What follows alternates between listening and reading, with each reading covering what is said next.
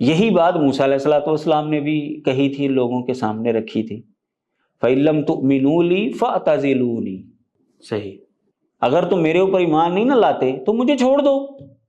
یہی بات موسیٰ علیہ السلام نے بھی ان سے کہی تھی، وَإِن لَّمْ تُؤْمِنُوا لِي فَاعْتَزِلُونِي، اگر تم میرے اوپر ایمان نہیں لاتے نا تو مجھے چھوڑ دو، مجھے میری حالت پر رہنے دو۔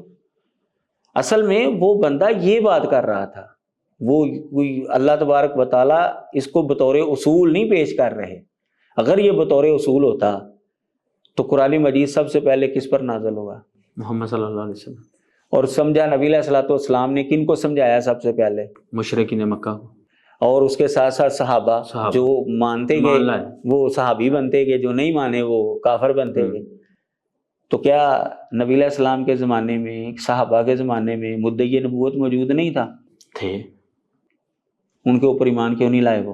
اگر اس آیت کا یہ مفہوم ہے جو قادیانی لے رہے ہیں، صحیح، اس کا مطلب یہ ہے کہ وہ یہ کہنا چاہتے ہیں کہ نبی علیہ السلام اور صحابہ کو قرآن کی سمجھ نہیں آئی، ان کو سمجھ آ گئی۔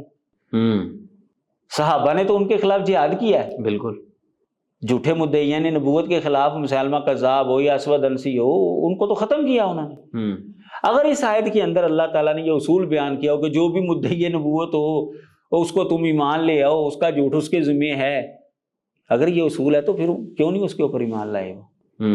یہ صرف اور صرف ان کا جانسا ہوتا ہے قادیانیوں کا، یہ صرف اور صرف مسلمانوں کو پھانسنے کے لیے ایک جال ہے، اس کا حقیقت کے ساتھ کوئی تعلق نہیں ہے۔ نہ صحابہ نے یہ مفہوم سمجھا، نہ تابعین نے سمجھا۔ آپ کو پتہ ہے تابعین کے دور کے اندر بھی کئی لوگوں نے نبوت کا دعویٰ، یعنی ہر زمانے کے اندر کوئی نہ کوئی بندہ تو آتا رہا ہے، بدبختی جو ہے وہ کوئی نہ کوئی اختیار کرتا رہا ہے۔ تو مسلمانوں نے یہ نہیں کہا بھی کسی زمانے کے اندر بھئی اگر یہ جھوٹ ہے تو اس کا جھوٹ اس کے ذمہ، ہم اس کو مان لیتے ہیں۔ تو نہ ہی مرزا قادیانی کا یہ اصول ہے، نہ ہی ان کا عملی ثبوت ہے کہ یہ ایمان لاتے ہوں کسی بھی مدعی نبوت کے اوپر، کبھی بھی نہیں لائیں گے یہ۔ اس کا مطلب یہ ہے کہ مسلمان بھی مانتے ہیں اس آیت کا یہ مفہوم نہیں ہے، قادیانی بھی مانتے ہیں اس آیت کا یہ مفہوم نہیں ہے۔ تو نتیجہ یہ نکلا کہ یہ صرف اور صرف مسلمانوں کو اپنے جال میں پھانسنے کے لیے اس طرح کا استدلال کرتے ہیں۔ صحیح۔ اچھا استاد صاحب، اسی طرح ایک اور بات معاشرتی طور پہ لوگوں کے اندر یہ چٹکلا اس کو کہہ لیں وہ چھوڑتے ہیں قادیانی کہ جی دیکھیں تم مسلمان یہ کہتے ہو کہ عیسیٰ علیہ السلام جو ہے وہ رفع آسمانی ان کا ہوا ہے اور قرب قیامت ان کا نزول ہوگا، تو قادیانی تو یہ کہتے ہیں کہ وہ فوت ہو گئے، اس پہ ہماری تفصیلی پیچھے بات ہو چکی ہوئی ہے۔ تو اب جب عیسیٰ علیہ السلام دوبارہ آئیں گے اور قرآن مجید پڑھیں گے اور اس میں تمہارے بقول لکھا ہوا ہے کہ ان کا آسمانوں کی طرف جانا لکھا ہوا ہے، تو وہ قرآن پڑھ کے کیا فیلنگ لیں گے کہ بھی اس کے اندر میرا لکھا ہوا ہے کہ میں آسمانوں پہ اٹھایا گیا حالانکہ میں تو زمین پہ ہوں؟ بالکل، یہ مجھے یاد ہے یہ بات، جب طالب علمی دور میں میں تھا اور قادیانی جو ہے وہ مجھے تبلیغ کرتے تھے، تو یہ بات جو ہے نا اس وقت وہ پیش کرتے تھے، یعنی یہ باتیں جو ہے نا عملی طور پر مجھے پیش آ چکی ہیں۔ صحیح۔ تو ایک بات یہ بھی بالکل کرتے تھے کہ وہ جب آئیں گے تو قرآن مجید پڑھیں گے، بھی آپ تو کہتے ہیں وہ آسمانوں پر گئے ہیں، وہ اوپر لکھا ہو قرآن کے اندر، وہ جب آئیں گے پڑھیں گے تو وہ کیا محسوس کریں گے؟ تو بھائی وہی محسوس کریں گے جو حضرت زید رضی اللہ تعالی عنہ قرآن مجید پڑھتے ہوئے محسوس کرتے تھے۔ ان کا نام لے کر اللہ تبارک و تعالیٰ نے قرآن مجید کے اندر ان کا ذکر کیا ہے۔ صحیح۔ نبی علیہ الصلوۃ والسلام کی شادی ہوئی حضرت زید کی مطلقہ کے ساتھ۔ حضرت زید نے جب اپنی بیوی کو طلاق دے دی، چونکہ حضرت زید نبی علیہ السلام کے منہ بولے بیٹے تھے، اور منہ بولے بیٹے کی جو بیوی ہوتی تھی اس معاشرے کے اندر وہ حقیقی بہو سمجھی جاتی تھی، اور اللہ تبارک و تعالیٰ نے اس رسم کو ختم کرنا تھا کہ منہ بولا بیٹا حقیقی بیٹا نہیں ہوتا، لہذا اس کی بیوی بھی حقیقی بہو نہیں ہوتی۔ صحیح۔ تو اللہ تبارک و تعالیٰ نے حضرت زید کی بیوی جب ان کو طلاق ہوئی تو نبی علیہ الصلوۃ والسلام کی ان سے شادی کر دی۔ اب اس کا تذکرہ قرآن مجید کے اندر موجود ہے، وہ آیت ایسے وَإِذْ تَقُولُ لِلَّذِي أَنْعَمَ اللَّهُ عَلَيْهِ وَأَنْعَمْتَ عَلَيْهِ أَمْسِكْ عَلَيْكَ زَوْجَكَ وَاتَّقِ اللَّهَ وَتُخْفِي فِي نَفْسِكَ مَا اللَّهُ مُبْدِيهِ وَتَخْشَى النَّاسَ وَاللَّهُ أَحَقُّ أَن تَخْشَاهُ فَلَمَّا قَضَىٰ زَيْدٌ مِّنْهَا وَطَرًا زَوَّجْنَاكَهَا لِكَيْ لَا يَكُونَ عَلَى الْمُؤْمِنِينَ حَرَجٌ فِي أَزْوَاجِ أَدْعِيَائِهِمْ اذا قضوا منہن وطرا وکان امر اللہ مفعولا. یہ سورۃ الاحزاب کے اندر اللہ تعالیٰ نے فرمایا جب زید نے اپنی حاجت پوری کر لی اور بیوی کو طلاق دے دی تو ہم نے اس کی تمہارے ساتھ شادی کر دی. صحیح. اب حضرت زید بعد میں جب یہ آیت پڑھتے تھے تو کیا محسوس کرتے تھے؟ صحیح. وہ یقین کرتے تھے کہ بالکل ایسا ہی ہوا جیسے اللہ تعالیٰ نے بیان کیا ہے. بالکل. تو عیسیٰ علیہ السلام جب نازل ہو کر قرآن مجید پڑھیں گے کہ میرے حوالے سے لکھا ہوا ہے کہ میں آسمانوں پر اٹھایا گیا، تو بالکل ایسا ہی ہوا تھا. ہمیں اٹھایا گیا، میں اٹھایا گیا تھا. وہ مزید ان کا ایمان جو ہے وہ مضبوط ہو جائے گا. اسی طرح حضرت ابوبکر صدیق رضی اللہ تعالیٰ عنہ جب نبی علیہ الصلوۃ والسلام کے ساتھ ہجرت کر رہے تھے، واپس مدینے آ رہے تھے، تو غار ثور کے اندر دونوں جو ہے وہ چھپے کافروں سے بچنے کے لیے. تو آپ کو پتہ ہے کہ کافر جو ہے وہ اوپر پہنچ گئے تھے اور حضرت ابوبکر رضی اللہ تعالیٰ عنہ پریشان ہو گئے تھے، گھبرا گئے تھے کہ اگر انہوں نے اپنے پاؤں کی طرف دیکھا تو ہم نظر آ جائیں گے.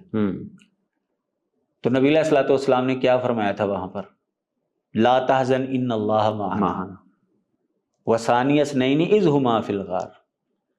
دو میں سے دوسرا جب وہ دونوں غار میں تھے، جب وہ اپنے صاحب کو کہہ رہا تھا لا تحزن ان اللہ معنا. اب کیا بعد میں حضرت ابوبکر رضی اللہ تعالیٰ عنہ یہ آیت نہیں پڑھتے تھے؟ پڑھتے تھے صاحب. نبی علیہ السلام نہیں پڑھتے تھے؟ پڑھتے تھے. وہ کیا سوچتے ہوں گے بھی اللہ تو کہہ رہے ہم غار میں ہیں اور ہم تو مدینے میں کے اندر پھر رہے ہیں، میں تو خلافت کے اوپر بیٹھا ہوا ہوں اور اللہ کہہ رہا ہے کہ غار کے اندر. بھائی ان کا ایمان جو ہے وہ اور بڑھ جاتا ہے کہ بالکل اللہ تعالیٰ نے جو بات کی بالکل ماضی میں ایسا ہی ہوا تھا. صحیح. تو عیسیٰ علیہ السلام جب آ کر قرآن مجید پڑھیں گے تو بالکل وہ یہی محسوس کریں گے بھائی کہ اللہ تعالیٰ نے جو بات کہی تھی بالکل میرے ساتھ ایسا ہی ہوا تھا اور اللہ تبارک و تعالیٰ کے حکم سے اب میں زمین پر آ چکا ہوں اور اب میں نے آ کر جو ہے وہ دجال کو قتل کرنا ہے، جو بھی میری ذمہ داری ہے وہ میں نے پوری کرنی ہے. بالکل ان کا ایمان جو بڑھ جائے گا. تو یہ بالکل جو ہے وہ ایک سادہ سے مسلمان کو پریشان کرنے والا جو ایک چٹکلا ہے، یہ کوئی علمی گفتگو نہیں ہے. قرآن مجید کے اندر یہ تو میں نے 2 مثالیں پیش کی ہیں، اور کئی باتیں جو ہیں آپ کو ملیں گی صحابہ کے حوالے سے. وہ آپ جو ہے وہ صحابہ بعد میں ان کو پڑھتے رہے ہیں تو وہ کیا محسوس کرتے تھے؟ وہ بالکل یہی محسوس کرتے تھے بھائی بالکل ٹھیک ہے، اللہ نے جو بات کہی ہے بالکل ایسا ہی ہوا تھا. صحیح. اچھا استاد صاحب، قادیانی لوگ جب کسی بندے کو اپنی تبلیغ کر رہے ہوتے ہیں تو جب دیکھتے ہیں نا کہ یار یہ بندہ بہت سی ہماری باتوں کے جوابات بھی دے رہا ہے، جب بات نہیں بنتی ہوئی نظر آتی نا ان کو، تو ایک ہتھ کنڈا یہ بھی استعمال کرنے کی کوشش کرتے ہیں. کہتے ہیں دیکھو بھائی ٹھیک ہے تم ابھی میری بات نہیں مان رہے نا، تو ایسے کرو کہ تم نا استخارہ کر لو. استخارے پہ تو تمہارا یقین ہے نا کہ اللہ تعالیٰ جو ہے وہ تمہیں جو صحیح بات ہے اس کی طرف رہنمائی کر دے گا، تو تم استخارہ کرو. تو ایک سادہ بندہ سوچتا ہے ہاں چلو یار میں استخارہ کر لیتا ہوں. تو اس کی کیا حقیقت ہے؟ اس کے پیچھے کیا چکر ہے؟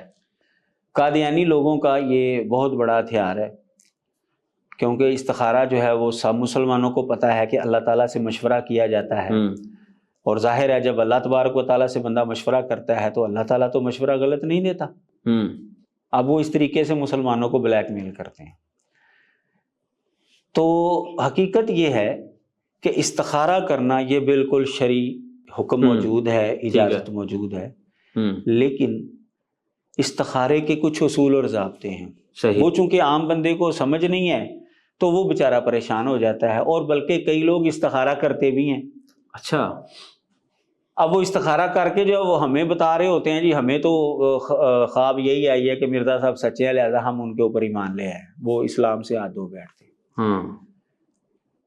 لیکن ان کو اصول اور ضابطے کا پتہ نہیں تھا، جس کی وجہ سے وہ ان کے جانسے میں آ گئے. استخارہ ہوتا ہے شرعی اعتبار میں ایسے معاملے کے حوالے سے جس کا کرنا اور نہ کرنا دونوں اعتبار سے اسلام کے اندر اجازت ہے. مثال کے طور پر آپ کسی کے ساتھ کاروبار کرنا چاہتے ہیں، آپ کو حق حاصل ہے آپ اس کے ساتھ کاروبار کریں یا نہ کریں. نہ کریں، بالکل. آپ کسی علاقے کا سفر کرنا چاہتے ہیں، بالکل آپ کو حق حاصل ہے آپ کریں یا نہ کریں. کسی کے ساتھ رشتہ داری کرنا چاہتے ہیں، بالکل. اب یہاں پر آپ اللہ تعالیٰ سے مشورہ مانگیں گے. استخارہ ہے اس طرح کے معاملے کے حوالے سے کہ یا اللہ جو بہتر ہے نا وہ میرے حق میں کر دے. اور جو اگر میرا یہاں پر رشتہ کرنا جو ہے اپنی بچی کا بچے کا اچھا نہیں ہے تو یا اللہ مجھے ان سے بچا لے، ان کو مجھ سے بچا لے۔ اس طرح کے معاملے کے اندر جو ہے استخارہ ہوتا ہے۔ لیکن جو چیزیں شرعی اعتبار سے فرض اور واجب ہیں یا جو شرعی اعتبار سے حرام ہیں، ان کے بارے میں استخارہ کہاں سے ہوتا ہے بھائی؟ مثال کے طور پر اگر کوئی بندہ آج یہ کہے جی میں یہ استخارہ کرتا ہوں، اللہ سے معلوم کرواتا ہوں 5 نمازیں فرض ہیں کہ نہیں ہیں، رمضان کے روزے فرض ہیں کہ نہیں ہیں، قرآن مجید اللہ کا کلام ہے کہ نہیں ہے، حج کرنا چاہیے کہ نہیں کرنا چاہیے، نہ قادیانی فتویٰ دیں گے کہ یہ جائز ہے، نہ ہی مسلمانوں کا یہ فتویٰ ہے، کیونکہ بھائی یہ تو شرعی حکم ہے، ان کے اندر استخارہ تو ہوتا ہی نہیں ہے۔ ایک بندہ استخارہ کرے جی شراب حرام ہے کہ حلال ہے، میں اللہ سے پوچھتا ہوں۔ جب بندہ اس طرح کے معاملے کے اندر استخارہ کرے گا نا تو اس کا مطلب یہ ہے کہ یا تو اس کا ایمان ختم ہو چکا ہے یا وہ ایمانی لیول اس کا اتنا لو ہو چکا ہے کہ وہ شیطان کا مقابلہ نہیں کر سکتا۔ پھر شیطان نے آ کر اس کو یہی بتانا ہے کہ شراب حلال ہے، شیطان نے پھر اس کو یہی آ کر بتانا ہے کہ بت کی پوجا کرنا جائز ہے، غیر اللہ سے مانگنا درست ہے، کیونکہ وہ اب تو شیطان کے قابو میں آ گیا۔ وہ قرآن میں آیت بھی ہے نا اس طرح کی، ان الشیاطین لیوحون الی اولیائہم، بالکل شیطان جو ہے وہ تو اپنے دوستوں کی طرف جو ہے وہ وہی کرتے ہیں، ان کو بتاتے ہیں چیزیں۔ تو اب جو بندہ اس طرح کی چیز کے اندر استخارہ کرے گا، نہ قادیانیوں کے نزدیک جائز ہے نہ مسلمانوں کے نزدیک جائز ہے، تو لیکن اس کے باوجود اگر وہ استخارہ کرے گا تو وہ شیطان کے جھانسے میں نہیں آئے گا تو کدھر جائے گا؟ تو مرزا غلام محمد قادیانی ہو یا کوئی بھی مدعی نبوت ہو، نبی علیہ الصلوۃ والسلام کے بعد اس کا کذاب اور دجال ہونا یہ بالکل واضح ہے، 2 اور 2 4 کی طرح۔ صحیح، نبی علیہ الصلوۃ والسلام کے فرامین موجود ہیں، قرآن مجید کے اندر ختم نبوت کے حوالہ جات موجود ہیں، نبی علیہ الصلوۃ والسلام کے بعد کوئی بھی نیا نبی نہیں آ سکتا، جو بھی دعویٰ کرے گا وہ کذاب اور دجال ہے، وہ دائرہ اسلام سے خارج ہوگا۔ تو جو بندہ اس کو سچا ماننے کے لیے استخارہ کرے گا تو اس کا ایمانی لیول یا ختم ہو چکا ہے یا اتنا لو ہو چکا ہے کہ وہ شیطان کے جھانسے میں آ جائے گا۔ صحیح، شیطان اب آ کر اس کو یہی بتائے گا نا کہ یہ سچ ہے۔ تو استخارہ جو ہے اس کے کچھ اصول اور ضابطے ہیں۔ وہ حرام، جو شرعی اعتبار سے چیز حرام ہے اس کو جانچنے کے لیے بھی استخارہ نہیں ہوتا، جو شرعی اعتبار سے چیز ضروری ہے اس کو جانچنے کے لیے بھی استخارہ نہیں ہوتا۔ استخارہ ہوتا ہے ایسی چیز کے حوالے سے جس کا کرنا یا نہ کرنا آپ کو اختیار ہے۔ اب آپ وقتی طور پر یہ معلوم کرنا چاہتے ہیں کہ یہ میرے لیے بہتر ہے کرنا یا نہ کرنا بہتر ہے میرے لیے، جبکہ نبی علیہ الصلوۃ والسلام کے بعد کسی بھی مدعی نبوت کی سچائی ثابت کرنے کے لیے، اس کو سچا یا جھوٹا جانچنے کے لیے استخارہ کرنا یہ نبی علیہ الصلوۃ والسلام کے فرامین کا انکار ہے۔ صحیح، کیونکہ آپ نے تو ایسے بندے کو کذاب اور دجال قرار دیا ہے۔ تو یہ ایسے ہی ہے جیسے کوئی بندہ جوئے کے حرام یا حلال ہونے کے اوپر استخارہ کرے یا زنا کے حلال یا حرام ہونے کے اوپر استخارہ کرے، یہ بالکل اسی طرح ہی ہے۔ صحیح۔ دوسرا پوائنٹ یہ ہے کہ مرزا غلام محمد قادیانی جو ہے نا وہ عجیب و غریب ذہنیت کا مالک تھا۔ وہ کبھی کچھ کہتا تھا کبھی کچھ کہتا تھا، وہ یعنی وہ وقت کے اوپر آ کر نا وہ گرگٹ کی طرح رنگ بدلتا تھا، وہ کچھ بھی کہہ سکتا تھا۔ صحیح، پہلے وہ کہتا تھا کہ میری سچائی کے اوپر تم استخارہ کر سکتے ہو، ٹھیک ہے، لیکن بعد میں اس نے استخارہ سے روک دیا لوگوں کو، کہتے ہیں میری سچائی کے لیے استخارہ نہیں کرنا تم نے۔ اچھا، اس نے خود روکا ہے؟ خود روکا ہے۔ اچھا، لیکن قادیانی لوگ جو ہیں وہ اپنے نبی کی بات نہیں مانتے، وہ مسلمانوں کو چونکہ جھانسا دینا چاہتے ہیں تو اپنے نبی کی بات کو ٹھکرا کر مسلمانوں کو پھانسنے کی کوشش کر رہے ہیں۔ صحیح۔ تو یہ کوئی ان کا اصول اور ضابطہ نہیں ہے۔ اچھا، ویسے آپ نے یہ کافی ساری باتیں ایسی بتا دی ہیں کہ جہاں پہ قادیانی اپنے نبی کی بات کو نہیں مانتے، تو میرا خیال اس پہ بھی ہم کسی دن کوئی علیحدہ پروگرام کرتے ہیں کہ کون کون سی باتیں ہیں جن میں قادیانی اپنے نبی کی بات ہی نہیں مانتے۔ جی، اس پر بھی میں نے کچھ باتیں جو ہیں وہ نوٹ کی ہیں، انشاءاللہ اس پر بھی گفتگو کریں گے۔ تو ہم بات کر رہے تھے مرزا غلام محمد قادیانی نے استخارہ کرنے سے روک دیا تھا۔ یہ مرزا قادیانی نے 1907 میں ایک بندے کو جو ہے وہ خط لکھا، اس کے اندر کہتا ہے، اس نے مطلب یہ سوال کیا کہ میں آپ کی سچائی پرکھنے کے لیے استخارہ کروں کہ نہ کروں، تو مرزا قادیانی نے یہ بات کہی اسے، ایک وقت تھا کہ ہم نے خود اپنی کتاب میں استخارہ لکھا تھا، کہتے ایک وقت تھا میں نے خود لکھا تھا کہ بھئی میری سچائی کے لیے استخارہ کرو کہ لوگ اس طرح سے کریں تو خدا تعالیٰ ان پر حق کھول دے گا، مگر اب استخاروں کی کیا ضرورت ہے جب کہ نشانات الہی بارش کی طرح برس رہے ہیں اور ہزاروں کرامات اور معجزات ظاہر ہو چکے ہیں، کیا ایسے وقت میں استخاروں کی طرف توجہ کرنے کی ضرورت ہوتی ہے؟ کھلے نشانات کو دے کر پھر استخارہ کرنا اللہ تعالیٰ کے حضور میں گستاخی ہے۔ اب کہتا ہے کہ میرے نشانات اتنے آ چکے ہیں، کھلے نشانات دیکھ کر کوئی بندہ استخارہ، یہ تو گستاخی ہے۔ یعنی اب اگر قادیانی جو ہے وہ مسلمانوں کو کہتے ہیں نا جی استخارہ کرو مرزا صاحب کی سچائی کے اوپر، تو مرزا قادیانی کے بقول یہ گستاخ ہیں۔ ان کو چاہیے مرزا قادیانی کے نشان ہمیں بتائیں، مرزا قادیانی کی سچائی کے دلائل ہمیں بتائیں، استخارے کی طرف نہ لگائیں گے، اور اس کی سچائی کے اوپر یہ بات کرنے کے لیے تیار نہیں ہوتے۔ تو مرزا قادیانی لکھتا ہے کیا اب جائز ہے کہ کوئی شخص استخارہ کرے کہ اسلام کا مذہب سچا ہے یا جھوٹا؟ وہی مثالیں جو میں نے آپ کے سامنے پیش کی ہیں کہ جو شرعی اعتبار سے چیزیں لازم ہیں یا شرعی اعتبار سے حرام ہیں ان کو پرکھنے کے لیے استخارے نہیں ہوتے۔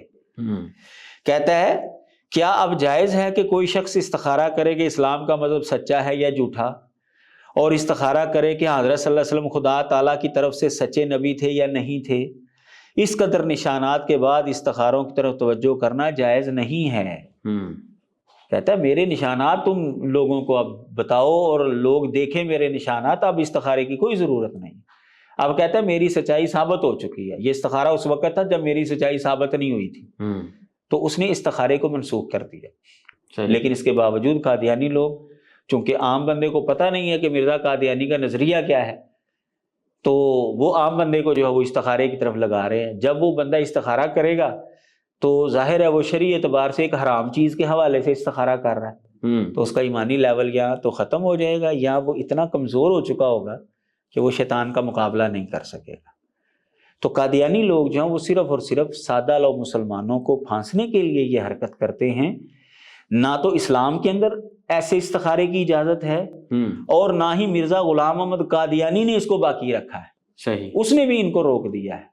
اچھا استاد صاحب، یہ جو آپ بات بتا رہے ہیں کہ مرزا قادیانی نے خود کہا کہ استخارہ نہیں کرنا، اس کا حوالہ کیا ہے؟ مرزا قادیانی کا یہ بیان جو ہے نا اخبار البدر کے اندر شائع ہوا، جو کہ قادیانیوں کے اخبار ہے، یہ قادیان سے شائع ہوتا تھا۔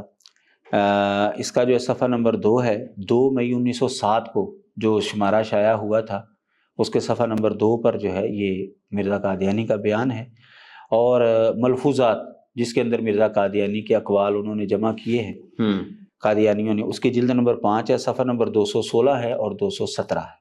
صحیح، جزاک اللہ خیر استاد صاحب، آپ نے آج جو قادیانی لوگ سادہ لوگوں کو پھنسانے کے لیے اپنے جال میں مختلف حربے استعمال کرتے ہیں ان کی باتوں کا بڑے اچھے انداز سے جوابات دیے۔